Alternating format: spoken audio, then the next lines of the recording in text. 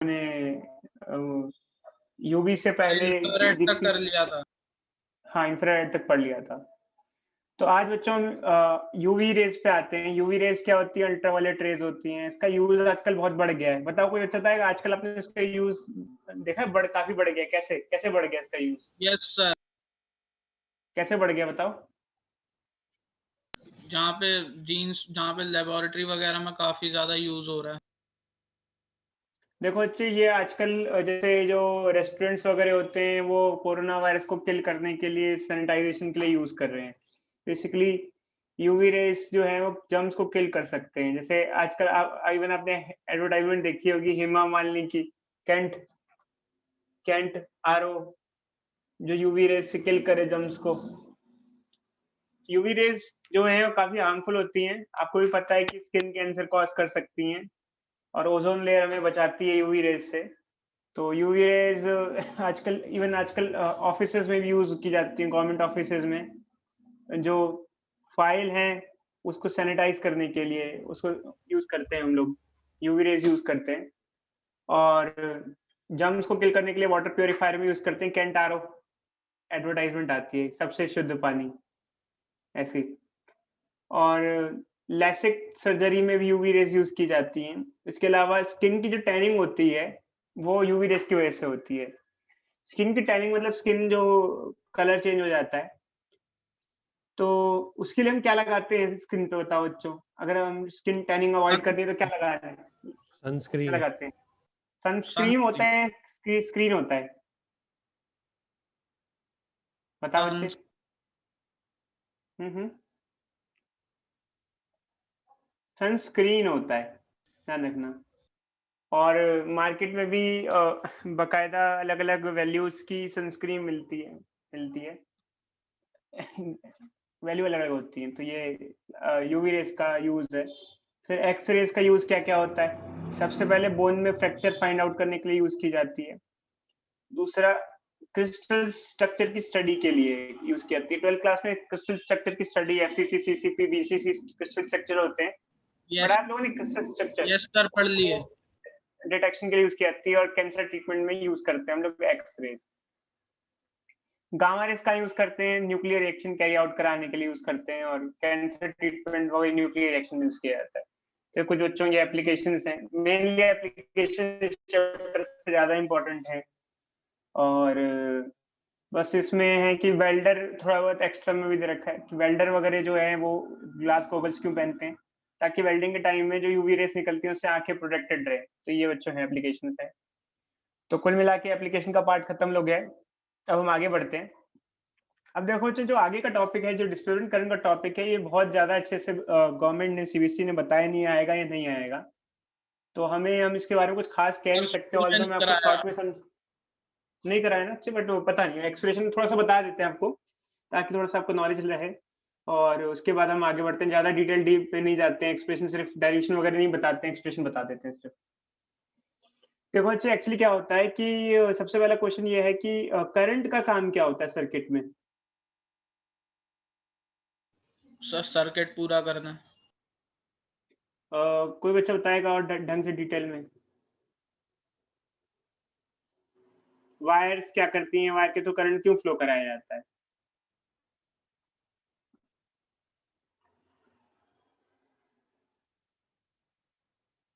देखो बच्चे करंट का काम होता है कि एनर्जी को कैरी करके ले जाना, सॉकेट से लेके मतलब एनर्जी को सर्किट से लेके चार्ज के फ्लो के फॉर्म में इसको देना। मतलब चार्ज जो फ्लो करता है वो करंट जो होता है वो उसको एनर्जी को लेके जाता है।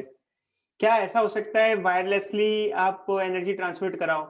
क्या ऐसा हो सकता है कि आपको वायर की ज़रूरत ना हो एनर्जी ट्रांसमिट कराने की? तो क्या वेव्स। ऐसा हो सकता है?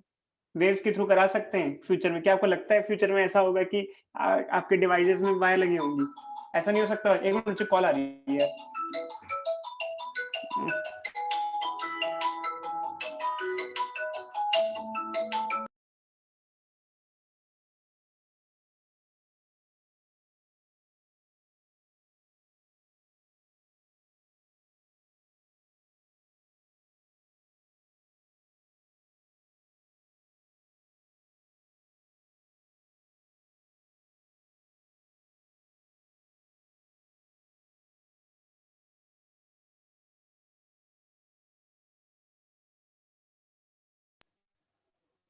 हेलो।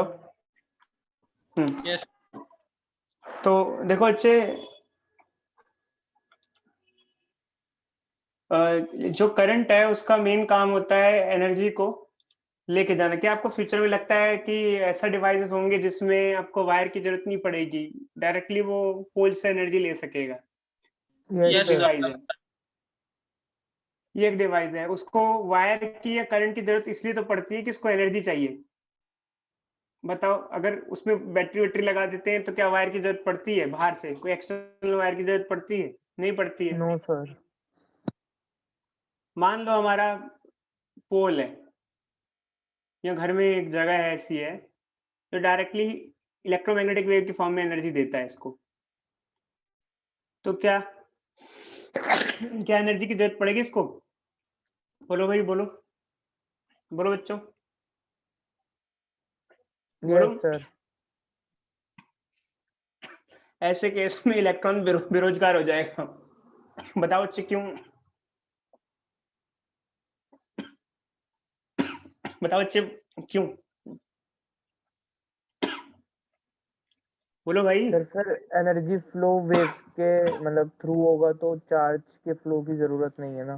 शाबाश बच्चे। इलेक्ट्रॉन कहेगा भाई मेरे को तो जाने की जरूरत ही नहीं है, वेव्स एनर्जी लेके जाएंगे डायरेक्टली। वैसे तो ऐसा पॉसिबल नहीं है कि पूरा फ्लो रोक दो चार्ज का, क्योंकि डिवाइस के अंदर शायद हो, क्योंकि डिवाइस चलेगा तो डिवाइस के अंदर तो करंट फ्लो करेगा ही करेगा, चार्ज का फ्लो होगा ही होगा। बट ये है कि मेन वायर्स आप हटा सकते हो, एलिमिनेट कर सकते हो।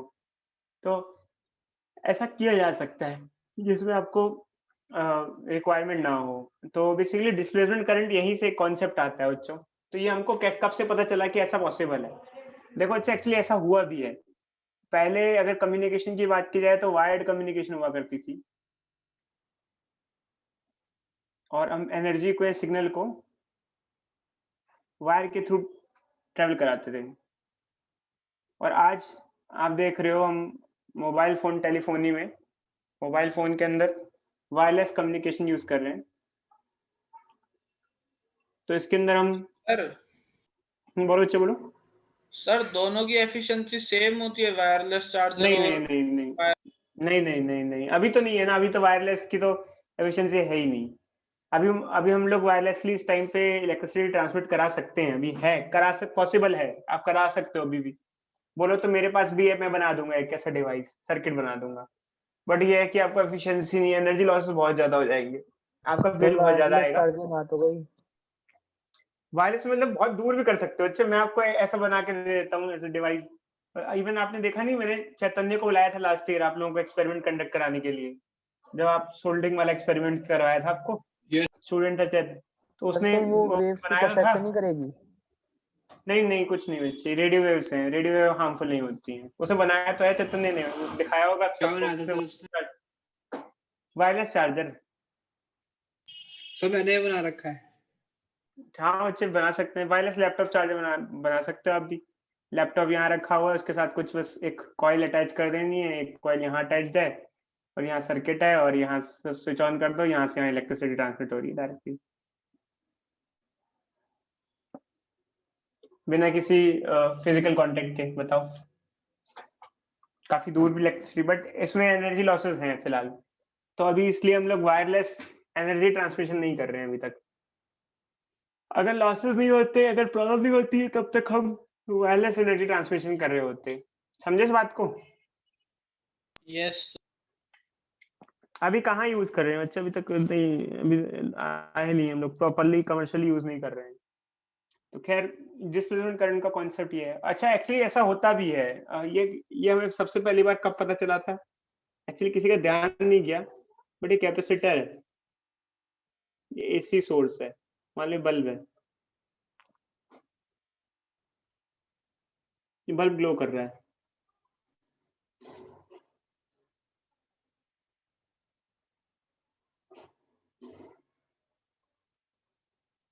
ठीक है, देख रहे हो बच्चों, बल्ब ग्लो कर रहा है। हेलो। यस यहाँ सर पर ऐसा, इस सर्किट में वायरलेस एनर्जी ट्रांसफर हो रहा है, कैसे, कोई बच्चा बताएगा? लाइट। कैपेसिटर आवाज नहीं आ रही अच्छे, बोलो, आवाज कट रही है, बोलो। प्लेट्स के बीच में। हाँ अच्छे, कैपेसिटर प्लेट्स के बीच में एक्चुअली। देखो कैपेसिटर प्लेट खाली है, तो खाली है तो सर्किट तो कटा हुआ होना चाहिए, फिर बल्ब कैसे ग्लो कर रहा है? ये तो सर डिसकंटिन्यूअस सर्किट है। मीडियम में देखो अच्छे डिसकंटिन्यूअस सर्किट है, बट एक्चुअली क्या हो रहा है कि यहाँ पर करंट एनर्जी लेके जा रहा है, यहाँ एनर्जी ईएम वेव लेके जा रही है।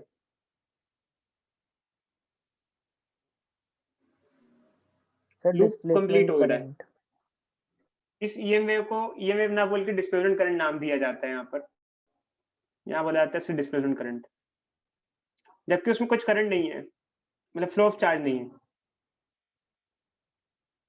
डिस्प्लेसमेंट करंट वो करंट है जिसमें एक्चुअल फ्लो ऑफ चार्ज है, सिर्फ एनर्जी का फ्लो है। और फिर बाकी करंट को क्या बोलेंगे, जो वायर से जा रहा है उससे कहेंगे कंडक्शन करंट। तो ये सब है बच्चे टॉपिक डिस्प्लेसमेंट करंट के अंदर वायरलेस एनर्जी ट्रांसमिशन का कॉन्सेप्ट है।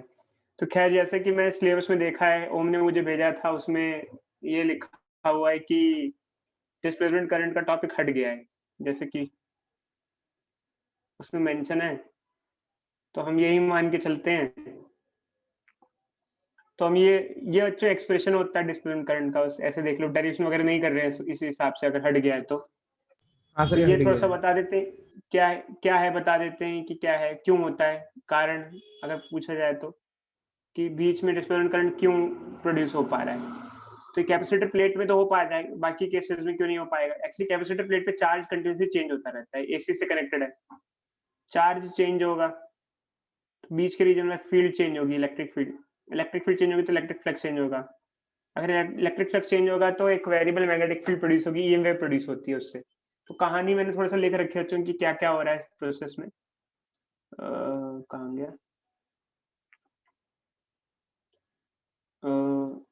यहाँ पे कहानी सी लिखी हुई है, खैर अब इतना है नहीं तो उसको देखने की खास जरूरत नहीं है। बस आपको ये पता होना चाहिए कि हवा में ये एनर्जी ट्रांसमिट हो सकती है, और ये डिस्प्लेसमेंट करंट है। और ये है क्या? डिस्प्लेसमेंट करंट होता है epsilon not rate of change of electric flux with respect to time, क्योंकि कैपेसिटर प्लेट पे electric field, electric flux charge change हो रहा है, इस वजह से डिस्प्लेसमेंट करंट प्रोड्यूस हो रहा है। तो ये सब बच्चों है नहीं शायद अब इतना सिलेबस में, बट फिर भी कुछ क्वेश्चंस हैं जो हम देख लेते हैं। जैसे कि ये पढ़ो एक बार क्वेश्चन, इसे पढ़ो।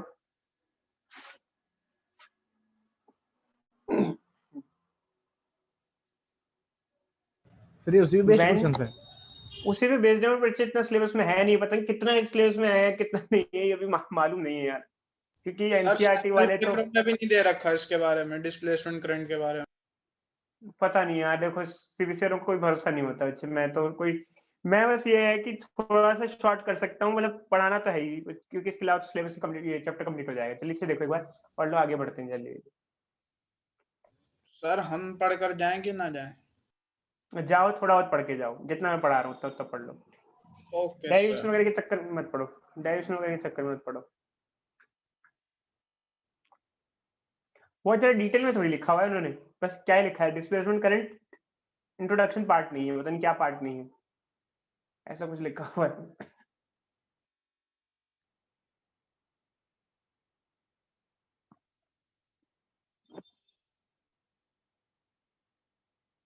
देखो बच्चे, ये कह रहा है कि कैपेसिटर को जब डीसी से कनेक्ट करते हैं तो कोई करंट फ्लो नहीं करता, बट जब एसी से कनेक्ट करते हैं तो सर्किट कंप्लीट रहता है, करंट फ्लो करता रहता है। क्यों? एक्चुअली क्या होता है कि देखो बच्चे, इसको समझाने के एक दो तरीके हैं, बट अगर डिस्प्लेसमेंट करंट के कॉन्सेप्ट समझना है तो ये ध्यान रखना क्या होता है। जब कैपेसिटर को डीसी से कनेक्ट करते हैं तो सर्किट ऑफ हो जाता है। क्यों? तुषार बताओ, सर्किट ऑफ क्यों हो जाता है थोड़ी सी देर में? बोलो सर क्या? तुषार, कैपेसिटर को डीसी से कनेक्ट करते हैं तो सर्किट ऑफ हो जाता है कुछ देर में, सर चार्ज हो जाता है ना पूरा, फिर एक बार चार्ज जाता है और- उसके बाद वो सर एक ही डायरेक्शन में जाते हैं ना, करंट एक ही डायरेक्शन फ्लो करता है। करंट की डायरेक्शन चेंज होती है। सर ऑल्टरनेट शाबाश उसमें बच्चे। उसमें इसको change एक तो होती चार्ज के हिसाब से, और दूसरा इस पॉइंट ऑफ व्यू से डिस्प्लेसमेंट करंट के हिसाब से ऐसा बोलेंगे कि कंडक्शन करंट यहाँ से यहाँ तक आ रहा है, बट अगर देखा जाए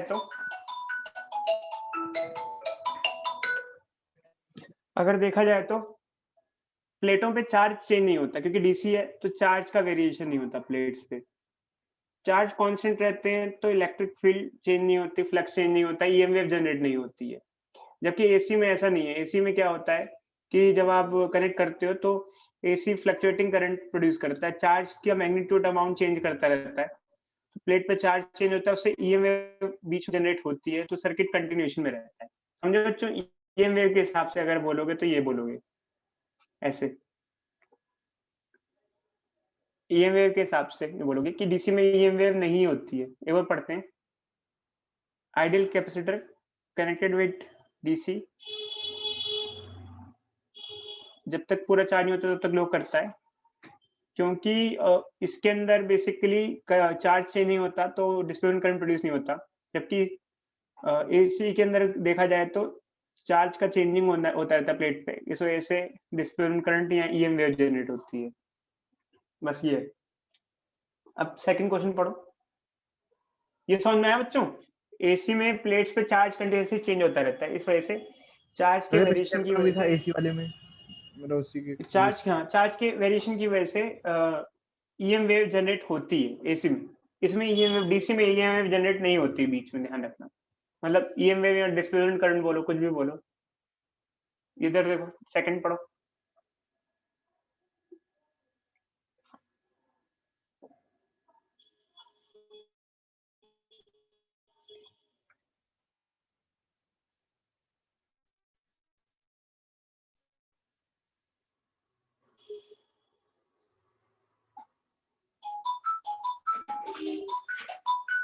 कौन?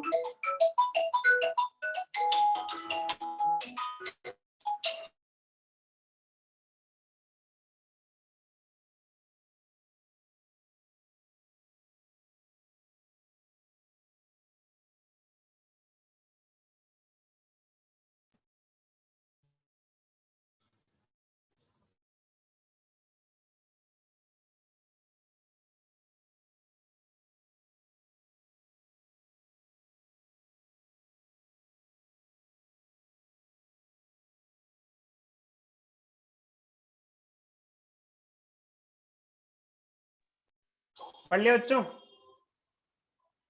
हेलो, पढ़ लिया? हेलो हेलो हेलो, अरे भाई पढ़ लिया बच्चों? पढ़ लिया सर। देखो अच्छे, सेकंड क्या क्वेश्चन दिया हुआ है? सेकंड क्वेश्चन ये दिया हुआ है, capacitor of capacitance C is being charged by connecting it across DC source। ठीक है, इसमें दिखा रहा है कि जब स्टार्टिंग में कनेक्ट करते हैं तो डिफ्लेक्शन दिखाता है, बट बाद में डिफ्लेक्शन नहीं दिखाता है। कहने का क्या मतलब है कि जब किसी कैपेसिटर को, जैसे मान लो एक बल्ब लगाया आपने, ये कैपेसिटर है, ये डीसी सोर्स है, ये बल्ब है, तो स्टार्टिंग में ये बल्ब जलेगा बट कुछ देर बाद बंद हो जाएगा। इसको दो तरीके से समझा सकते हो आप। पहले तो आप कहोगे कि सर ये स्टार्टिंग में एक्चुअली क्या है, जब तक कैपेसिटर चार्ज होगा तब तक तो करंट फ्लो करेगा सर्किट में, और करंट फ्लो करेगा तो बल्ब ग्लो करेगा। ठीक है, कैपेसिटर चार्ज ऐसा। होगा जब वो जान देगा करंट को अपने थ्रू। हाँ बच्चे बोलो क्या कह रहे हो? जब कैपेसिटर चार्ज हो रहा होगा, जब ये अपने थ्रू करंट जान देगा। हाँ जाने देगा। अब एक्चुअली क्या, यही तो क्वेश्चन है, इसको डिस्प्लेसमेंट करंट के बेसिस पे समझाओ। तो डिस्प्लेसमेंट करंट के बेसिस पे आप ये समझाओगे कि देखो जब चार्जिंग होती है तो प्लेट पे चार्ज चेंज हो रहा होता है चार्जिंग के टाइम में। चार्ज चेंज होगा तो ईएम वेव या डिस्प्लेसमेंट करंट प्रोड्यूस होगा, बस। और जैसे ही चार्जिंग फुल हो जाएगी, चार्ज चेंज होना बंद हो जाएगा और ईएम वेव डिस्प्लेसमेंट करंट बंद हो जाएगा, बस इसलिए बल्ब भी ऑफ हो जाएगा। तो ये थोड़ा बहुत कॉन्सेप्ट है बच्चों, जितना है पता नहीं कितना आएगा कितना नहीं आएगा। डिस्प्लेसमेंट करंट वैसे तो हटा सा ही रखा है, तो ये है, देख लेना बच्चों क्या है, जितना समझ में आया उतना देख लो। पूरा मत पढ़ना, पूरा तो है नहीं सिलेबस में, हटा हुआ है। अब नेक्स्ट आते हैं, अब क्वेश्चन ये आता है कि ईएम वेव जैसे है, हम जैसे ईएम वेव पढ़ रहे हैं, ये अलग अलग टाइप की इलेक्ट्रोमैग्नेटिक वेव होती है, लाइट भी एक इलेक्ट्रोमैग्नेटिक वेव है। तो ऐसा ईएम वेव का बेसिकली प्रोडक्शन कैसे होता है, मतलब अगर देखा जाए तो कैसे प्रोड्यूस होती है ईएम वेव? देखो अच्छा, ईएम वेव का प्रोडक्शन का कारण ऐसा बोला जाता है कि सबसे पहले अगर आप देखो, आपने फर्स्ट चैप्टर पढ़ा था इलेक्ट्रोस्टैटिक्स, जब चार्ज रेस्ट पे होता है तो इलेक्ट्रिक फील्ड प्रोड्यूस करता है, फर्स्ट सेकंड चैप्टर में। फोर्थ चैप्टर में हमने पढ़ा था moving charge and magnetism, moving charge and magnetism. इसमें क्या पढ़ा था हमने? जब चार्ज मोशन में होता है तो उस टाइम दो फील्ड प्रोड्यूस करता है, वो इलेक्ट्रिक तो करता ही करता है, प्लस मैग्नेटिक फील्ड भी प्रोड्यूस करता है। अब हम लोग 8वें चैप्टर में पढ़ते हैं, जब चार्ज एक्सेलरेशन करता है, ये सिंपल मोशन नहीं, एक्सेलरेशन करता है, तो उस टाइम वो ईएम वेव जनरेट करता है, इलेक्ट्रोमैग्नेटिक वेव जनरेट करता है। अब ये कैसे है, इसकी कहानी थोड़ी सी दे रखी है बच्चों, ये हम पढ़ते हैं कि कोई भी चार्ज इलेक्ट्रोमैग्नेटिक वेव कैसे प्रोड्यूस करता है। जैसे मान लो कि हमें भी करानी है तो कैसे करा सकते हैं, और इलेक्ट्रोमैग्नेटिक वेव होती क्या है? जैसे लाइट है, इलेक्ट्रोमैग्नेटिक वेव है, तो electromagnetic wave are those waves in which there is sinusoidal variation of electric field and magnetic field vector at right angle to each other as well as direction of propagation. Electromagnetic wave वो wave होती हैं जिसमें दो waves होती हैं, electric field और magnetic field दोनों fields होती हैं, और दोनों एक दूसरे के परपेंडिकुलर होती हैं। जैसे अगर अगर इसको फिगर ड्रॉ करनी है तो जैसे इलेक्ट्रिक वेव हुई ऐसे ड्रॉ की, तो मैग्नेटिक वेव ऐसे ड्रॉ करेंगे। ये डायग्राम भी ड्रॉ करना सीख लेना बच्चों, सीबीएसई में काम आता है।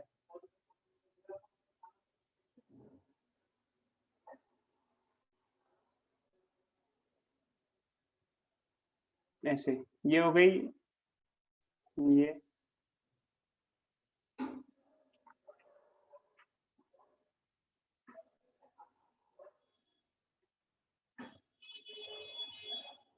ये वेव का डायग्राम हो गया। इसमें एक इलेक्ट्रिक फील्ड हो गई, एक मैग्नेटिक फील्ड हो गई, और एक हो गई डायरेक्शन ऑफ प्रोपगेशन। समझे? Yes sir. और बाकी ये प्रोड्यूस कैसे होती है ये सब देखते हैं। अब ध्यान से पढ़ना बच्चों, ये बहुत इंपॉर्टेंट है। Oscillating and accelerating charges produce magnetic field. जब कभी चार्ज पार्टिकल एक्सेलरेट करता है, ऑसिलेट करता है, तो उस टाइम में वो ईएम वेव प्रोड्यूस कर सकता है, मतलब करता है एक्चुअल में देखा जाए तो। एक बार पढ़ते हैं। और मेनली वैसे एक्सेलरेशन की वजह से चार्ज पार्टिकल में ईएम वेव प्रोड्यूस नहीं कराते हम लोग, ऑसिलेशन की वजह से ऑसिलेशन करा के कराते हैं। क्या ऑसिलेशन मोशन भी एक्सेलरेटेड मोशन होता है या नहीं होता है? अगर आप किसी चार्ज पार्टिकल को ऑसिलेट कराते हो तो क्या एक्सेलरेशन होती है या नहीं होती उसके अंदर? होती है सर। देखो अच्छा, जहां कहीं चार्ज पार्टिकल का ऑसिलेशन होता है वहां एक्सेलरेशन होता ही होता है, क्योंकि all oscillatory motion are accelerated motions, because in case of oscillation you are changing the direction of that charge continuously.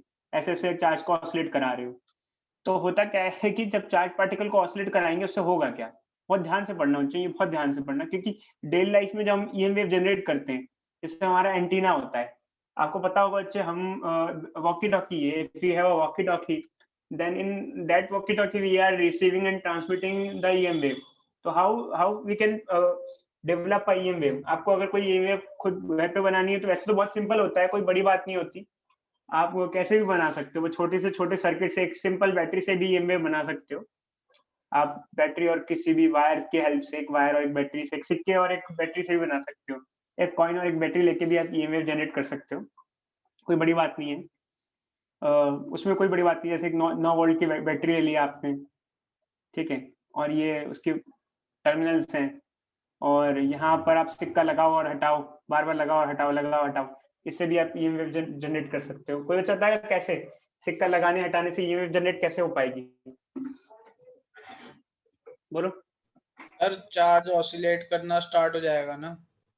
Charge accelerate करेगा। एक्चुअली इसमें ऑसिलेशन तो नहीं हो रहा क्योंकि डीसी है, तो जैसे कनेक्ट करोगे चार्ज पार्टिकल भागेगा, फिर डिस्कनेक्ट कर दोगे फिर से रुक जाएगा, फिर भागेगा, फिर टच बार बार टच करा रहे हो। जब टच कराते हो एकदम सर्किट बनाते हो तो चार्ज पार्टिकल भागना चालू होता है, उस टाइम एक्सेलरेशन चालू होती है। तो एक्सेलरेशन होगी तो ईएम वेव जनरेट होगी। बट एक्चुअली क्या है कि पूरी कहानी क्या है एक बार देखते हैं। वैसे तो हम एक्सेलरेशन मेथड ही यूज करते हैं, डेली लाइफ में ऑसिलेशन ज्यादा यूज करते हैं। द ऑसिलेशन चार्ज एक्सेलरेट्स, हर अगर कोई भी चार्ज ऑसिलेटिंग है तो एक्सेलरेशन तो होगा ही होगा, एक्सेलरेशन होगा, ठीक है।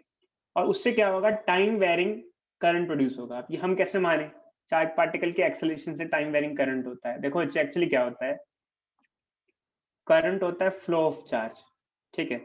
अगर यूनिफॉर्म रेट से फ्लो हो रहा हो तो करंट कांस्टेंट होता है, और अगर आप ऑसिलेट या एक्सेलरेट कराओ चार्ज को तो नॉन यूनिफॉर्म करंट मतलब वेरिएबल करंट प्रोड्यूस होगा,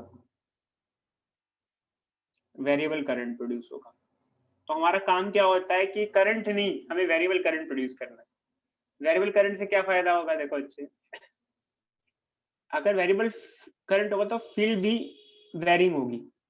एक होता है अगर कांस्टेंट करंट है तो कांस्टेंट फील्ड प्रोड्यूस करता है। जैसे एक वायर से, if we have a wire and a constant current is flowing through the wire, the magnetic field around the wire is given by mu naught I by 2 pi r, which is constant at a given point.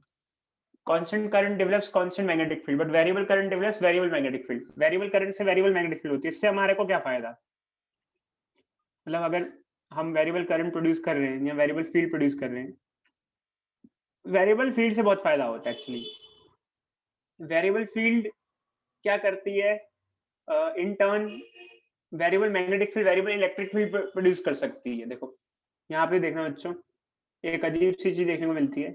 अगर magnetic field variable है तो variable electric field produce करती है, और variable electric field variable magnetic field को vice versa एक दूसरे को प्रोड्यूस करते रहते हैं। इससे ईएम वेव बनती है। मतलब काफी यूनिक सा कॉन्सेप्ट है। एक्चुअली वैसे तो चीज थियोरेटिकल है, ऐसा कभी देखा वेखा तो नहीं गया, किसी ने भी ये सोचा है, बस ये माना जाता है ऐसा, क्योंकि ईएम वेव हम बनते हुए आंखों से तो देख नहीं सकते। हम बस ये मानते हैं कि अगर करंट वेरिएबल हो तो वेरिएबल मैग्नेटिक फील्ड होगी, variable magnetic field variable electric field produce करेगी, और variable electric field variable magnetic field produce करती है। तो इसकी वजह से बेसिकली ये ईएम वेव जनरेट होती है। और हम अपने जितने भी डिवाइसेस हैं जिसमें हम ईएम वेव खुद पर्सनली जनरेट करते हैं, यही फिनोमेना यूज करते हैं। जैसे कि एंटीना एक डिवाइस है जो ईएम वेव जनरेट करता है। बेसिकली हम लोग यूज करते हैं वॉकी टॉकी डिवाइस में, हम खुद डिजाइन करते हैं एंटीना को, तो उसमें भी हम यही प्रिंसिपल अपनाते हैं, चार्ज पार्टिकल को ऑसिलेट करा के हम ईएम वेव जनरेट करते हैं। तो ऐसा कुछ कॉन्सेप्ट लगता है बच्चों ईएम वेव की जनरेशन में। खैर मैं बहुत ज्यादा श्योरिटी से नहीं कह सकता, तो सिर्फ साइंस में माना जाता है। अब क्या कहानी है ये तो अभी तक किसी को पता भी नहीं है, क्योंकि ये तो काफी बहुत डिटेल डीप कॉन्सेप्ट है जिसपे आज तक रिसर्च चल रही है। तो कुछ प्रॉपर्टीज है बच्चों जो देखी गई हैं ईएम वेव की, जैसे कि क्या क्या प्रॉपर्टीज है, जिसमें से पहली प्रॉपर्टी ये है कि जो डायरेक्शन ऑफ इलेक्ट्रोमैग्नेटिक वेव है उसमें इलेक्ट्रिक फील्ड और मैग्नेटिक फील्ड परपेंडिकुलरली ऑसिलेट करती हैं, और जो डायरेक्शन ऑफ प्रोपोगेशन है वो भी उसके परपेंडिकुलर रहती है। अभी इसका क्या मतलब है, इसका मतलब ये जैसे कोई ये ईएम वेव है, तो अगर आप इसको स्टडी करो तो इलेक्ट्रिक फील्ड की वाइब्रेशन इसमें हो रही है एक्स में, मैग्नेटिक फील्ड की वाइब्रेशन हो रही है वाई में, ये एक दूसरे के परपेंडिकुलर है, और जो डायरेक्शन ऑफ प्रोपोगेशन है वो जेड है। मतलब all three will be perpendicular to each other, direction of propagation, direction of vibration electric field and direction of vibration magnetic field। ये सब कुछ पॉइंट्स है। फिर उसके बाद क्या है कि जैसे हर जितनी भी electromagnetic wave speed of light से चलती हैं, चाहे कोई सी भी एक्सरे गामा, सबकी स्पीड सेम होती है और ये होती है। और जो ईएम वेव की स्पीड होती है वो उस मीडियम की परमिएबिलिटी और परमिटिविटी, सॉरी, दो फैक्टर पर डिपेंड करता है। उस मीडियम की परमिएबिलिटी और परमिटिविटी क्या है, अगर वो ईएम वेव किसी और मीडियम में एंटर करती है, जैसे ग्लास वगैरह में एंटर करती है, तो उसकी स्पीड चेंज हो जाती है, क्योंकि ग्लास की परमिटिविटी और परमिएबिलिटी अलग होती है। समझ में आ रहा है बच्चों? हेलो, यस सर, आ गया। जैसे लाइट एंटर कर रही है या कोई भी एक ईएम वेव है, जैसे इंफ्रारेड रेडिएशन है, ग्लास में एंटर कर रही है, तो उसमें उसकी स्पीड चेंज हो जाती है। लाइट की स्पीड भी आपको पता होगा, लाइट की स्पीड एयर में 3 × 10⁸ मीटर पर सेकंड रहती है, और जबकि किसी और मीडियम में लाइट जब जाती है तो उसकी स्पीड चेंज हो जाती है। रिफ्रैक्टिव इंडेक्स का कॉन्सेप्ट हम लोग ऑप्टिक्स में पढ़ते थे 10th क्लास में, तो हम ये पढ़ते थे कि लाइट की स्पीड दूसरे मीडियम में चेंज हो जाती है। उसका चेंज होने का कारण ये माना जाता है कि दूसरे मीडियम की परमेबिलिटी और परमिटिविटी अलग होती है। उसका कारण ये माना जाता है कि उसका बिहेवियर जो होता है, ईएम वेव का बिहेवियर वो अजीब सा हो जाता है, अलग हो जाता है जब वो किसी और मीडियम में एंटर करती है, क्योंकि उस मीडियम में जिसमें वो एंटर कर रही है उसका परमिएबिलिटी और परमिटिविटी अलग है एयर के कंपैरिजन में या वैक्यूम के कंपैरिजन में। तो ऐसा कुछ माना जाता है और इसी इंटरेक्शन के बेसिस पे डिसाइड होता है कि क्या उस मीडियम में स्पीड होगी, उस मीडियम की परमिएबिलिटी और परमिटिविटी के बिहाफ पे। फिर ऐसा माना जाता है जैसे ईएम वेव होती है उसमें इलेक्ट्रिक वेव फील्ड का मैग्नीट्यूड और मैग्नेटिक फील्ड का मैग्नीट्यूड अलग-अलग होता है। उनका एम्पलीट्यूड सेम नहीं होता है। जैसे कि ये हमारी कोई ईएम वेव है, तो इलेक्ट्रिक फील्ड का एम्पलीट्यूड कितना होगा? एम्पलीट्यूड मतलब मैक्सिमम डिस्प्लेसमेंट ड्यूरिंग वाइब्रेशन। ये इलेक्ट्रिक फील्ड का एम्पलीट्यूड है, ये मैग्नेटिक फील्ड का एम्पलीट्यूड है। इसको हम बी नॉट बुलाते हैं, एम्पलीट्यूड ऑफ मैग्नेटिक फील्ड। इसे कहते हैं amplitude of electric field. Amplitude of electric field काफी बड़ा होता है मैग्नेटिक फील्ड के कंपैरिजन में, जबकि फिगर में हमने दोनों को बराबर से दिखा रखा है, ऐसा नहीं है।